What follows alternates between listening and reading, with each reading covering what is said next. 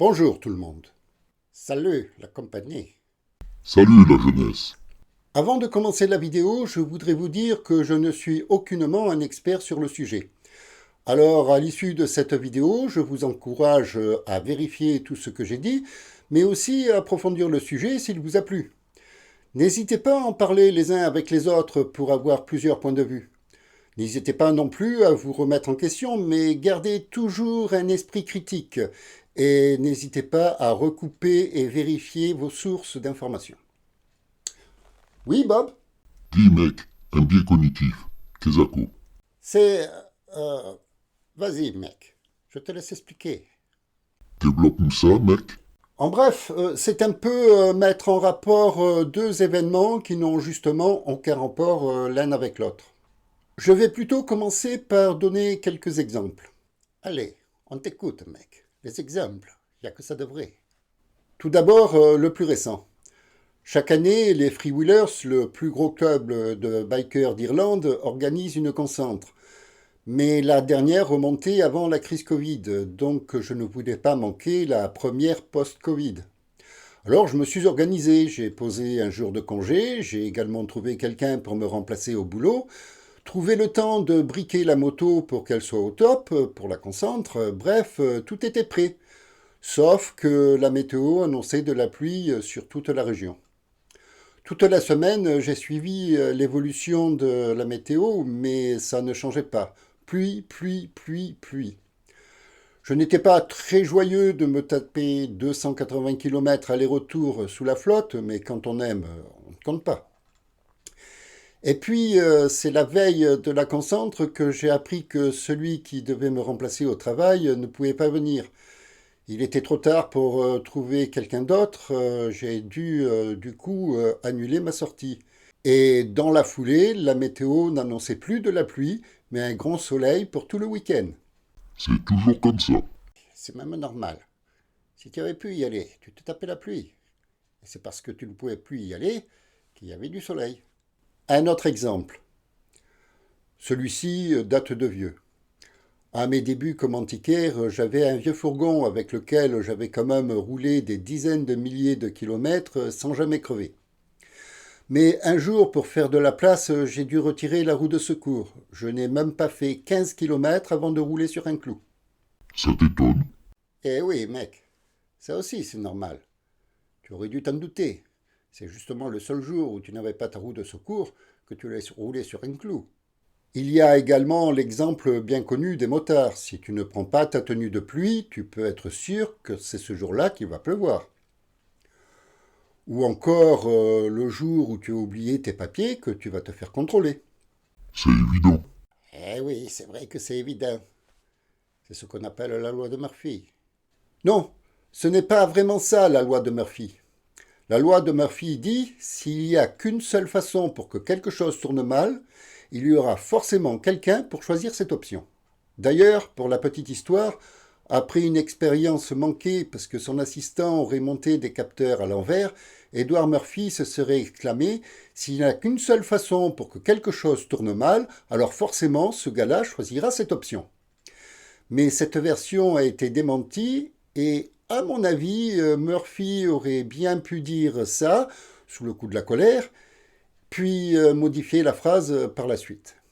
Mais on confond très souvent la loi de Murphy avec la loi de l'emmerdement maximum, qui démontre que les problèmes n'arrivent généralement pas seuls et ils arrivent la plupart du temps au pire moment. On peut dire alors d'abord les ennuis s'additionnent et ensuite ils se multiplient. Par exemple, ce n'est pas parce que tu n'as pas tes papiers que tu te fais contrôler.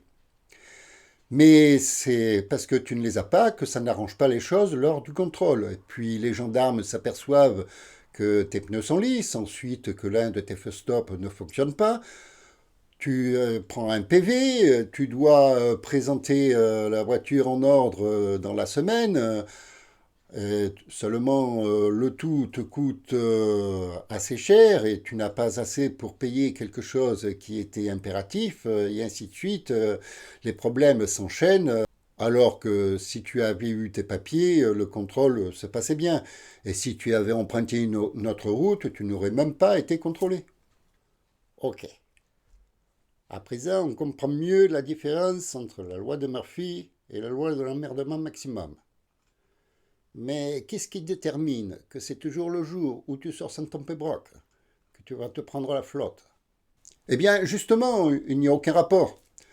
Le fait que mon collègue n'ait pas pu venir travailler n'a eu aucune influence sur la météo. Il n'y avait pas plus de rapport entre ma crevaison et le fait que c'était le seul jour où je n'avais pas ma roue de secours. Pas plus que tu ne te fasses contrôler le seul jour où tu n'avais pas tes papiers avec toi. Ou qu'il pleuve justement la fois où tu as laissé ta tenue de pluie à la maison. Et tant d'autres exemples de ce genre.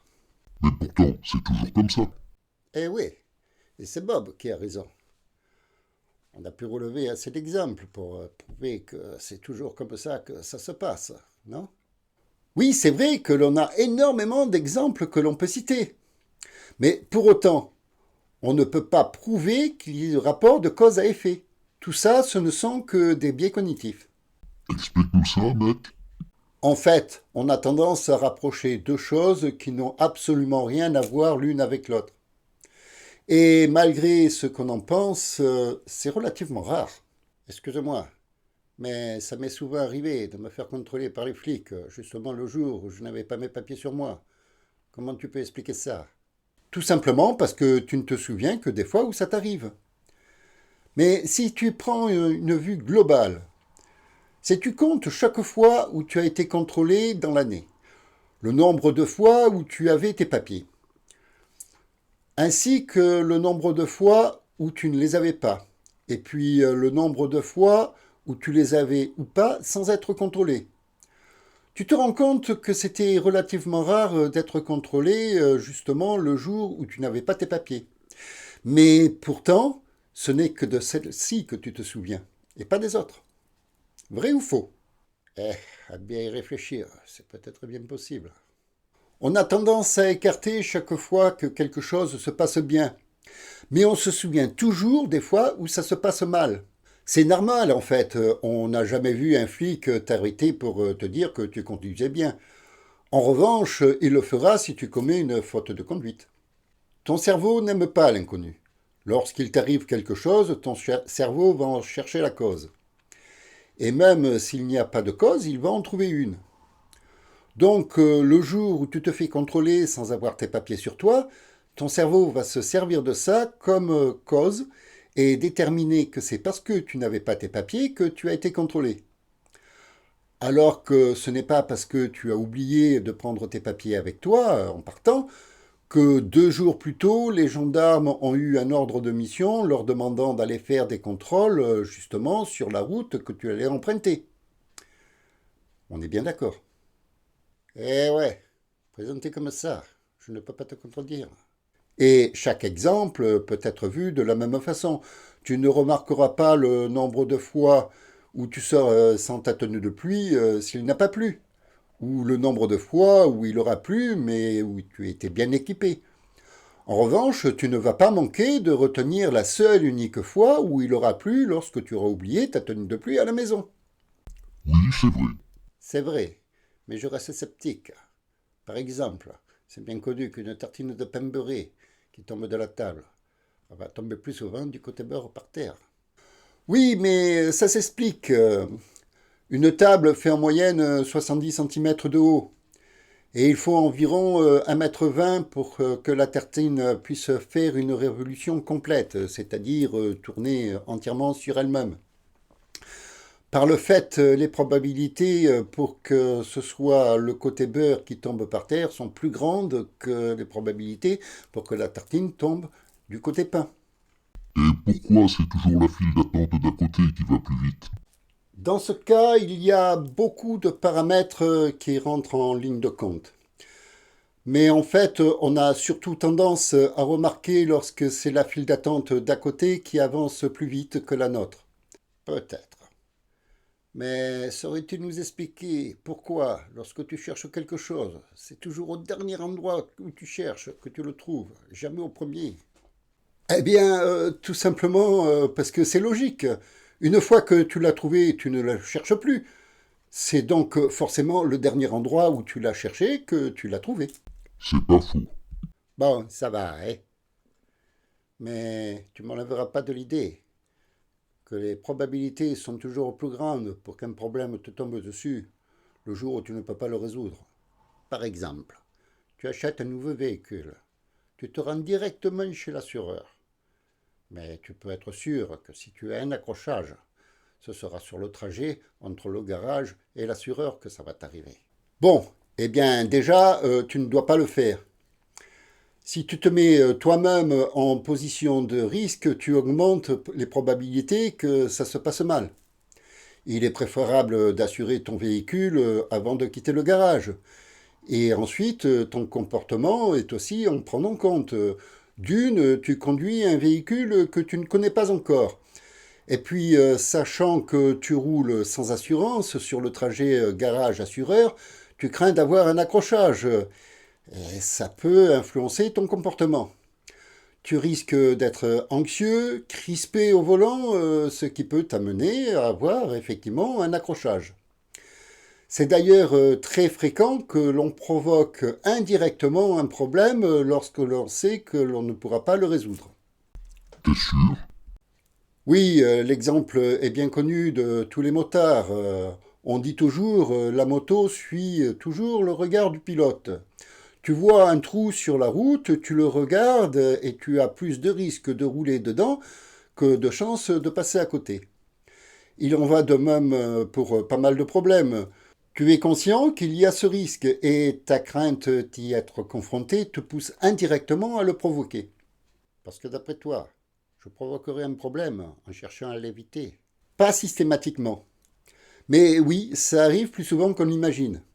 Mais dans tous les cas, on a tendance à faire un biais cognitif, c'est-à-dire à mettre ensemble ou à connecter deux événements indépendants qui n'ont rien à voir avec les autres. Et surtout à noter ça comme pertinent. Je n'ai pas crevé souvent, pourtant je parcourais beaucoup de kilomètres. Une fois, j'ai crevé et je n'avais pas ma roue de secours. Mais c'est cette fois-ci dont je me souviens. Le plus souvent, les autres fois où j'ai crevé, j'ai râlé en changeant ma roue de secours. En Irlande, la météo est très changeante. Il y a d'ailleurs un proverbe qui dit If you don't like the weather, wait 5 minutes. Si tu n'aimes pas la météo, attends 5 minutes. Ce n'est pas surprenant que la météo ait changé. Mais ce dont je suis absolument certain, que ce n'est pas parce que mon collègue de travail n'est pas venu travailler que ça a changé la météo. Et chaque fois qu'il nous arrive quelque chose de ce genre, prenons 5 minutes pour réfléchir. Peut-on prouver scientifiquement qu'il y a un rapport de cause à effet entre ces deux événements? Si on ne peut pas le prouver, c'est généralement que ces deux événements sont des événements indépendants qui n'ont aucun rapport l'un avec l'autre.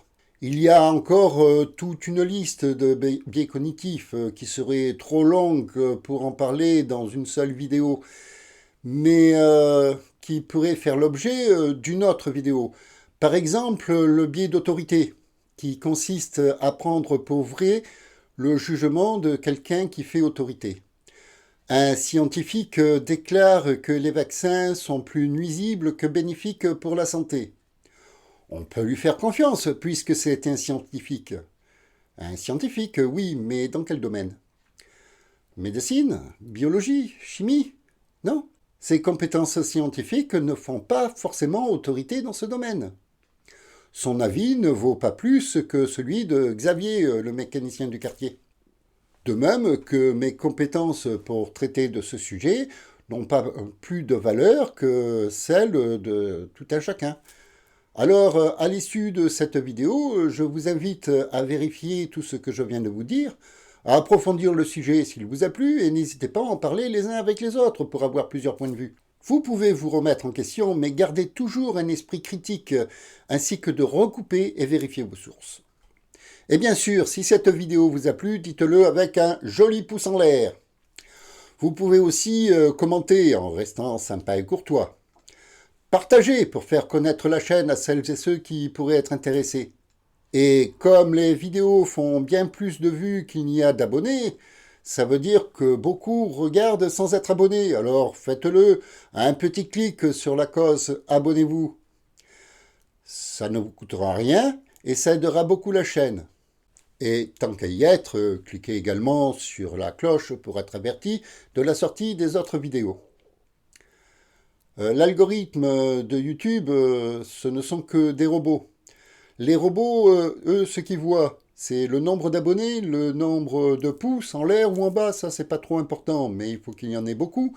Il faut que la vidéo soit aussi partagée.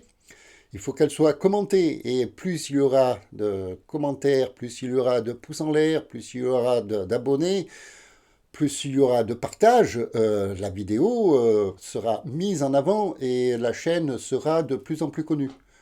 Alors, un petit clic, c'est rien du tout pour vous, et pour la chaîne, ça veut dire beaucoup. Allez, salut la compagnie. C'est vrai que je reste sceptique, mais il n'a pas tort. Si deux trucs qui nous arrivent n'ont rien à voir l'un avec l'autre, c'est un peu bête de chercher quand même à trouver un rapport, non? Donnez-nous votre avis en commentaire. Salut la jeunesse. Moi je n'ai pas d'opinion, mais je vous attends à la prochaine vidéo. Prenez toujours le temps et le plaisir d'apprendre quelque chose de nouveau. Allez, au revoir à tous et à très bientôt.